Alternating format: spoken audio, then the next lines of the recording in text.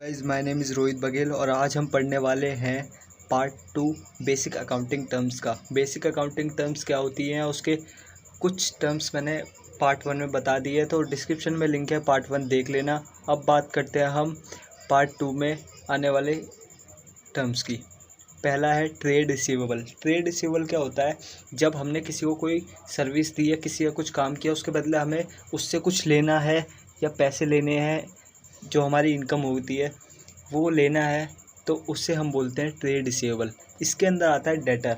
आपको लग रहा होगा ये डेप्टर है, बी आ रहा है, बी साइलेंट होता है, इसलिए हम इसे डेटर बोलते हैं बस। ओके, डेटर का मतलब भी ये होता है जिससे हमें पैसा लेना है।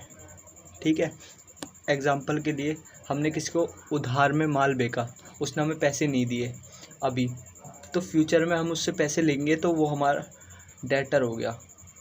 क्या हो गया? डेटर हो गया। क्रेडिटर क्या होता है? जिसका, ये वही होता है जिसका पैसा हमें देना है। ठीक है, ये हमने लिया था और अब हमें वापस करना है, वो क्रेडिटर है। मतलब कि अब पैसा लौटाना है, किसी और का पैसा है, उसने हमें सर्विस प्रोवाइड कराई और हमें उसका पैसा देना है। अब बात करना है डिस्काउंट की। डिस्काउंट क्या होता है?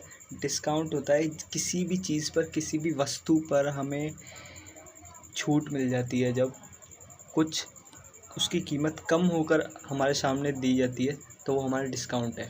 जैसे कोई चीज़ है, 1000 रुपये की चीज़ है, तो 10% डिस्काउंट मिल गया, मतलब 900 की हो गई, 10% छूट मिल गई, तो 900 की चीज़ हमें मिलेगी। अब डिस्काउंट भी दो तरीके के होते हैं, एक होता है ट्रेड डिस्काउंट, एक होता है कैश डिस्काउंट। ट्रेड डिस्काउंट वो डिस्काउंट होता है जिसके अंदर हमें और सबको, मतलब जो ये एक ऐसा डिस्काउंट होता है जिसमें सबको डिस्काउंट मिलेगा, सब हर किसी को छूट मिलेगी। ठीक है, और कैश डिस्काउंट वह डिस्काउंट होता है जिसमें कैश में जब पेमेंट होगी तभी डिस्काउंट मिलेगा। आई होप समझ आया होगा। ट्रेड डिस्काउंट ये होता है जो सबको मिलेगी, उधार में मान लो या पेमेंट करो कैश में, कैसे भी कर लो। और कैश में कैश डिस्काउंट ये होता है जब कैश में पेमेंट करोगे तभी आपको थोड़ी डिस्काउंट मिल सकती है। Bad depth. बैड डेप्थ का मतलब होता है जब आपका पैसा डूब जाता है, आपने किसी को पैसे दिए या किसी से पैसे लेने हैं आपको, तो वो नहीं दे रहा है, और या फिर किसी वजह से वो नहीं दे पा रहा है और वो डेथ हो गई उसकी, कुछ भी रीज़न हो कि अब वो नहीं दे सकता, तो वो हुआ हमारा बैड डेप्थ। ठीक है, जो पैसा हमारा डूब जाता है उसे बैड डेप्थ कहते हैं। इंसॉल्वेंट। इंसॉल्वेंट मतलब क्या होता है? हिंदी में इसका मतलब है दिवालिया होना।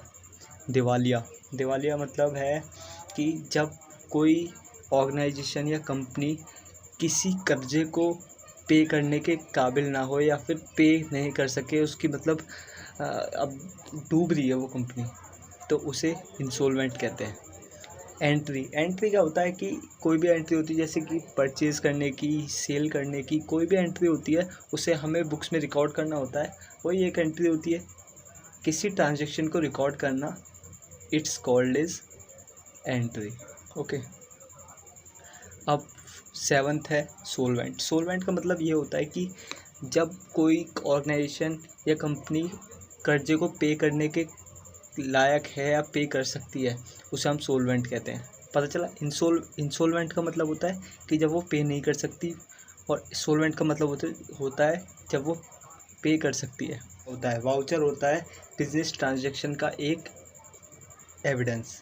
ओके, जैसे कि कैश मेमो हो गया, बिल रिसिप्ट हो गया, डेबिट क्रेडिट नोट्स हो गए, ये सब होते हैं। ओके, तो आज की वीडियो यहीं पे ख़त्म होती है। पार्ट 3 आएगा, बेसिक अकाउंटिंग टर्म्स पूरी ख़त्म हो जाएगी। वीडियो अच्छी लगी तो लाइक करें, सब्सक्राइब करें। Thank you so much.